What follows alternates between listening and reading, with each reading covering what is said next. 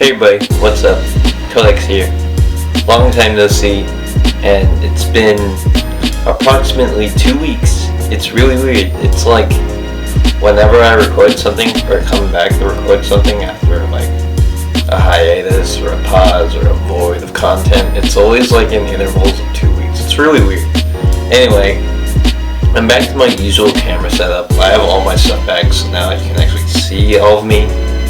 I don't know if that really matters, but yeah, anyway, we're back, or I'm back.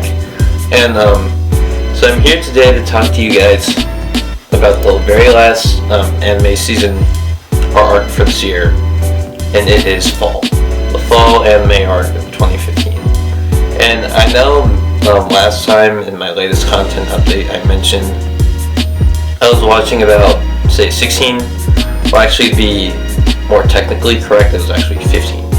Because I had an OVA in there that actually finished airing, but I didn't finish watching all of it, so I took that out. And now, technically, it is 15 in total. So, yeah, it's 3 shows shorter and 4 from the other 2 or 3 seasons. So, see, we've gone full circle. It's really weird, because according to Anachart.net, the way that works is that it starts off with winter. And most people would think, oh, it's the winter arc, but no, it's actually not. It goes winter, spring, summer, and then fall, and then just repeats again, the 4 seasons. But it seems a bit out of order. But anyway, let's get down to what we're here to really talk about, and I'll just go down my line of 15 animes that I watched this season, and I'll start talking about each one as usual. So to start at the very top, we have Comet Lucifer, and then we have the Asterisk War, which is next, and then Is This Order a Rabbit 2, and Heavy Object, Hidan No Aria AA, or AA, Noragami, Aragoto, which is the 2nd season, One Punch Man, Owari no Seraph, Battle in Nagoya, a corpse is buried under Sakurako-san's feet, and then we have Attack on Titan High School, which is actually more of like a parody. And then we have Shinmai Maou no Testament Burst, which is the 2nd season. Then we have Everything is F, or The Perfect Insider.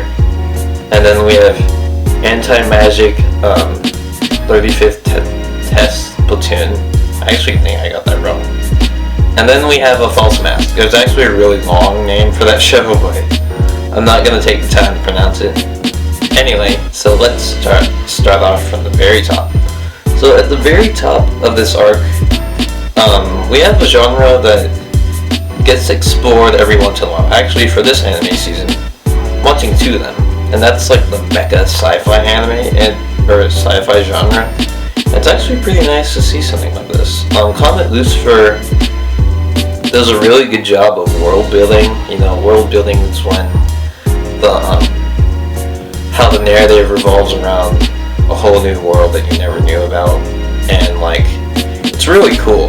There's a lot of it actually, in some ways, when I first saw the first 2 episodes, I actually got some Hayao Miyazaki sort of feelings off of it. It's really cool. The art is really great, and yeah, it's sci-fi, and I tend to really love sci-fi, so it's really cool. And it's so funny because in Comet Lucifer, a lot of people have been circulating one of those memes where it's this is before and after. And if any of you guys have seen No Game No Life, which is right here, it's kind of funny because the character designs of the main heroine and the main hero kind of look very similar to it. So they're oh, here's them 20 years later. So I always thought that was kind of funny. But anyway, as for how the anime is overall, you always have to have patience when watching shows, so it really starts to show itself around the halfway point. Once things start to really happen, the show gets really good. So yeah, I'm really glad with how Comet Lucifer is turning out. Now the next show is called Gakusen Toshi Asterisk, but that's actually the Asterisk War. And it is probably by far my favorite this season. as I had mentioned a couple of seconds ago, takes place in the far future, and I myself have a huge obsession with futuristic looking like cityscapes, technology. And it always gets me thinking about how the world is gonna be like in the future, even though obviously if I think about it that way, that's overshooting way too much. But anyway, I think it's really awesome.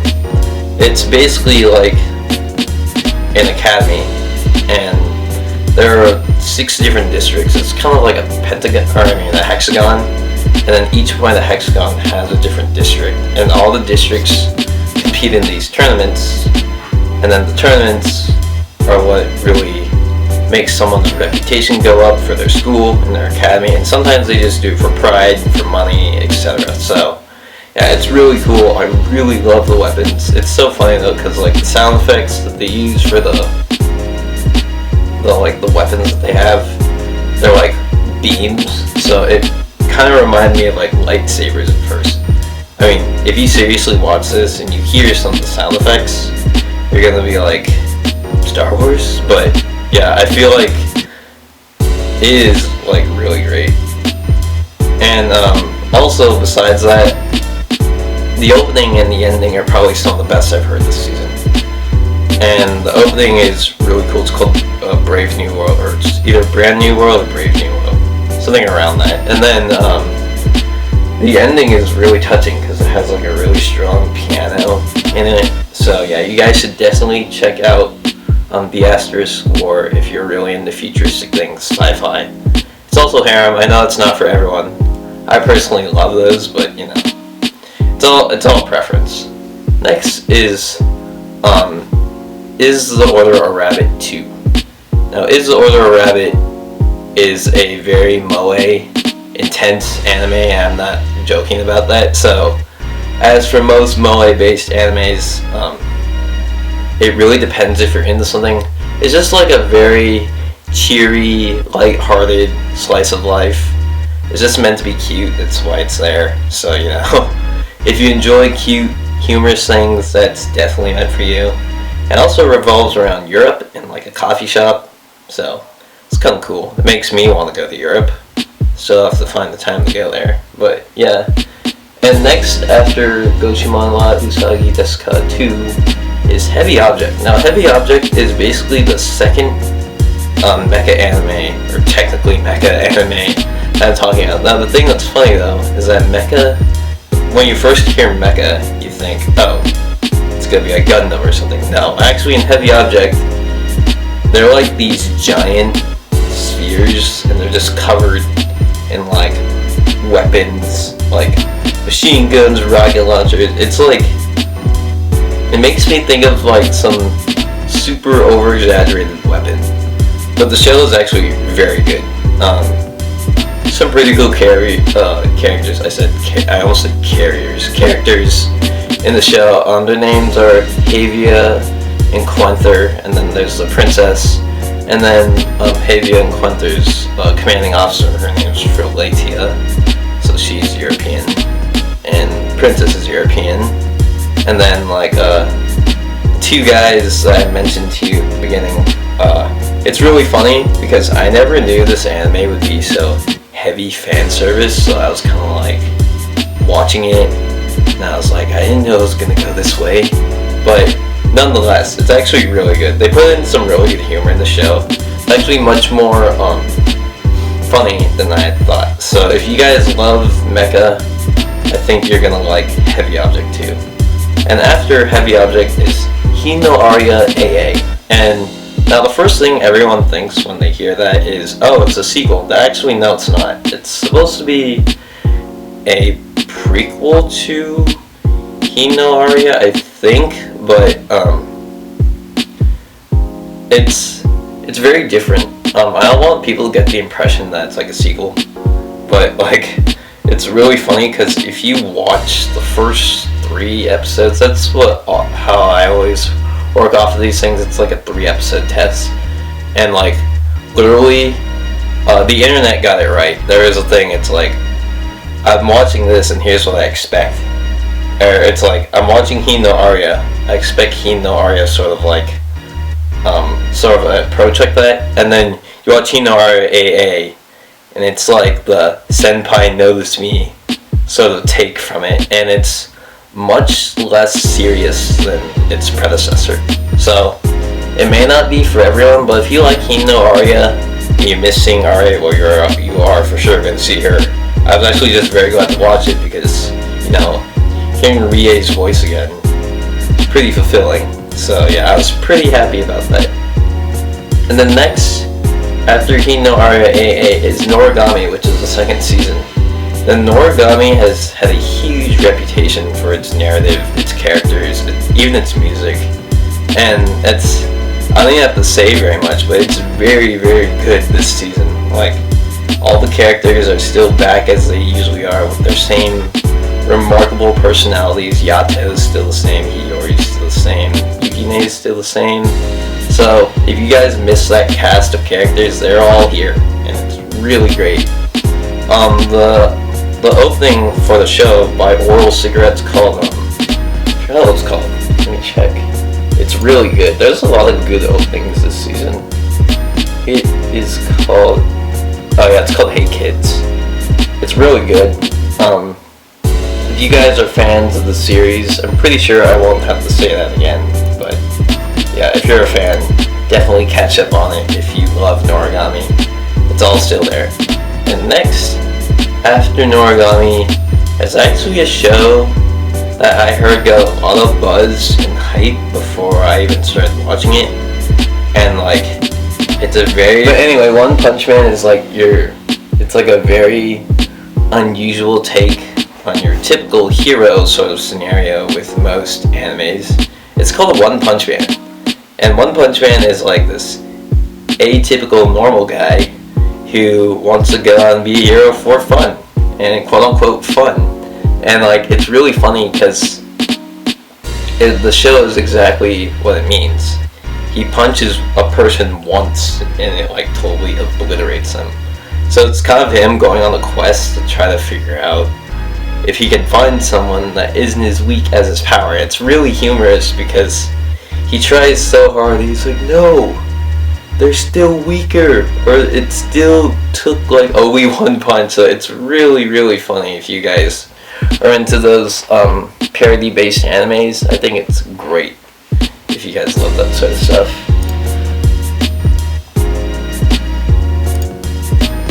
And let's see, after One Punch Man, after One Punch Man is the second season of Owari no Seraph.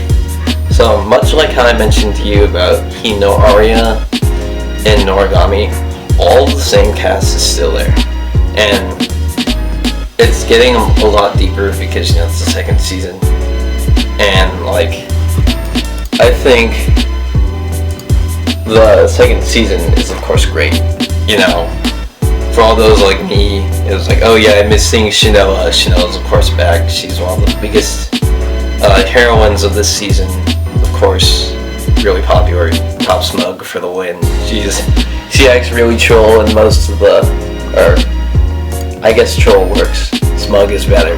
So yeah, and yeah, it's good to see the same storytelling back. But it's kind of like, I love how like the background aesthetic of the anime is kind of old school, like the old school manga style with like the coloring and stuff, but then the animation's sort of new age, kind of like how it is nowadays. So it's very interesting. So if any of you guys watch the first season, of course I'm gonna say watch the second season because it's really good right now. I think it's up to episode 9 right now. So yeah, I'm doing this mid-season first impressions a little later, but I think it's fine. And after that is Rakudai Kishi no Cavalry, which is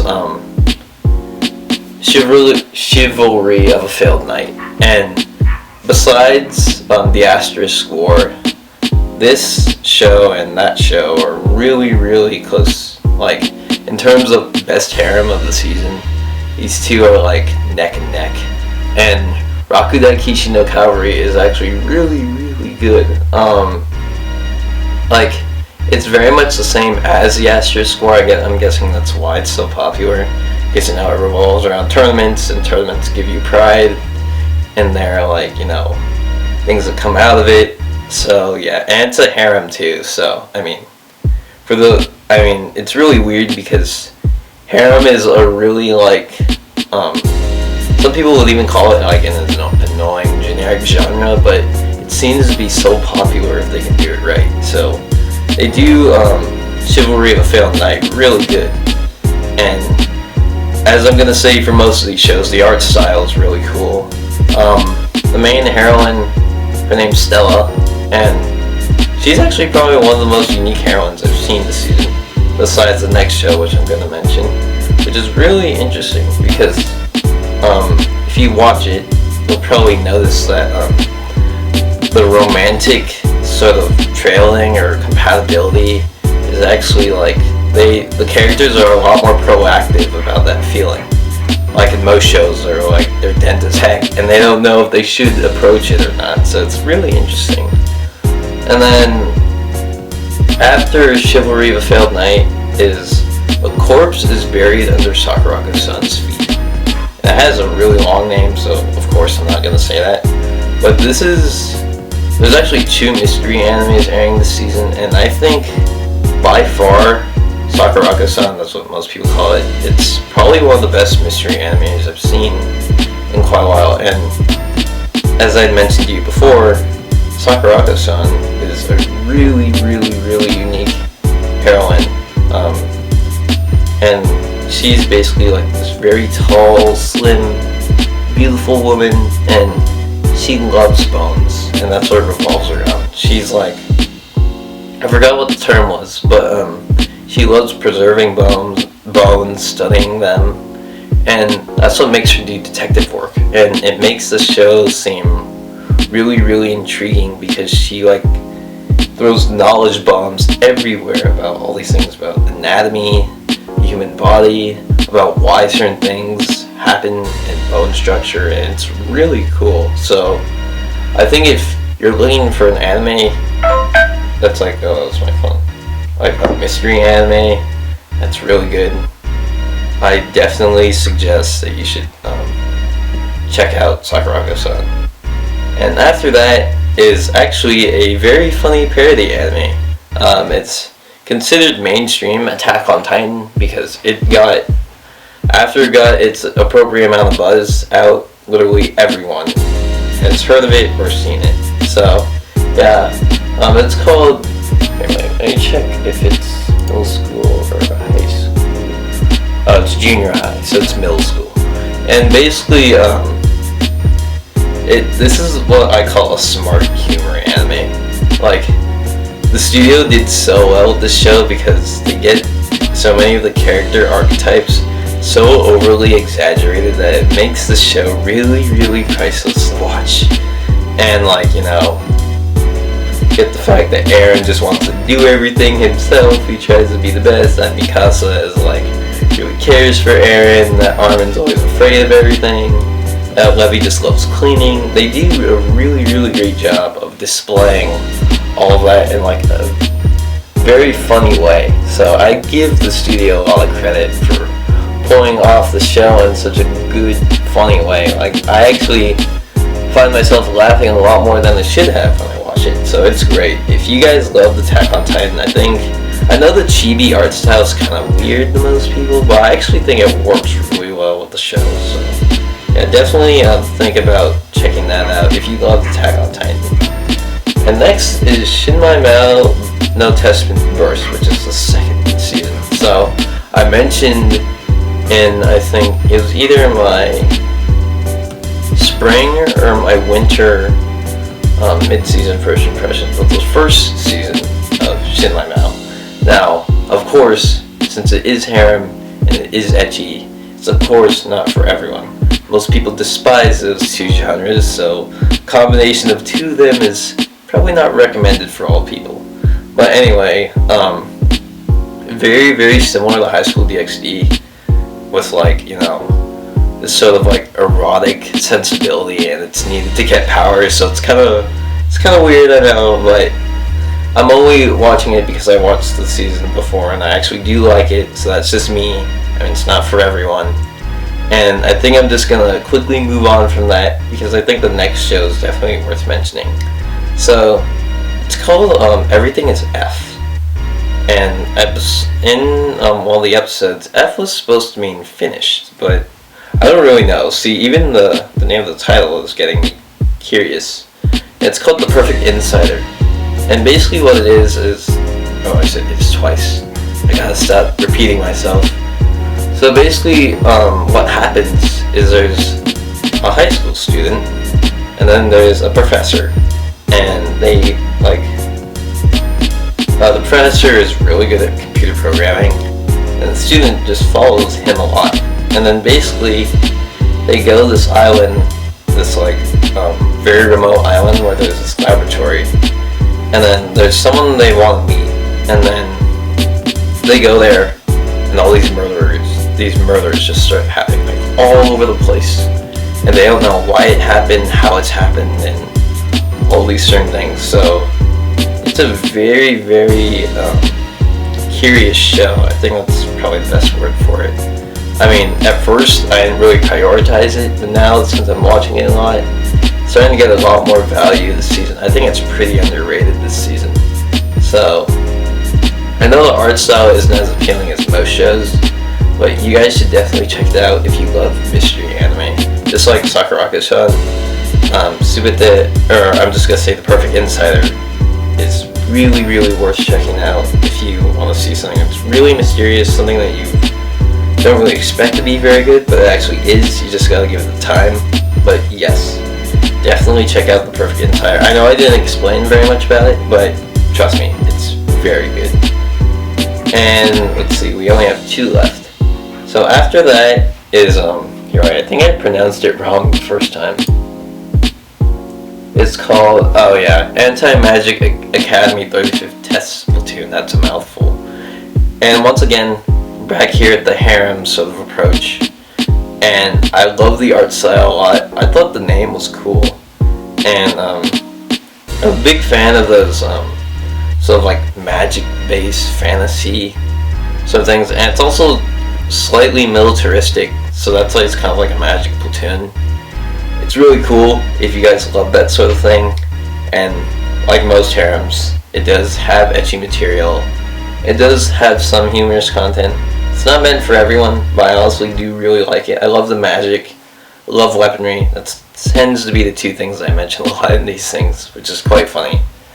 But yes, if you do love those sort of things, it's definitely worth checking out. And last but not least, we have The False Mask, which is a really big title at the beginning. I'm not gonna say it. The title will probably be down here below. But anyway, it starts off really, really interesting. Like, just like how I talked to you about Comet Lucifer, I got like these Hayao Miyazaki feelings off of it because it's so like mysterious, out of this world. I've never seen anything like it. Like, the world building is so good. And basically what it is this traveling, I'll just say doctor, finds this guy in the middle of nowhere, and he doesn't have any memory of who he is. But basically he has no memory of who he is, and then this girl comes by and saves him. And then the guy finds out that the girl has like animal ears and a tail and stuff, and you find out that this world revolves around like, what's a good word for this? I don't want to say faunas because that's like an RWBY reference, but it's very much like that. It's like half human, half animal people. And that's what the civilization is of this world.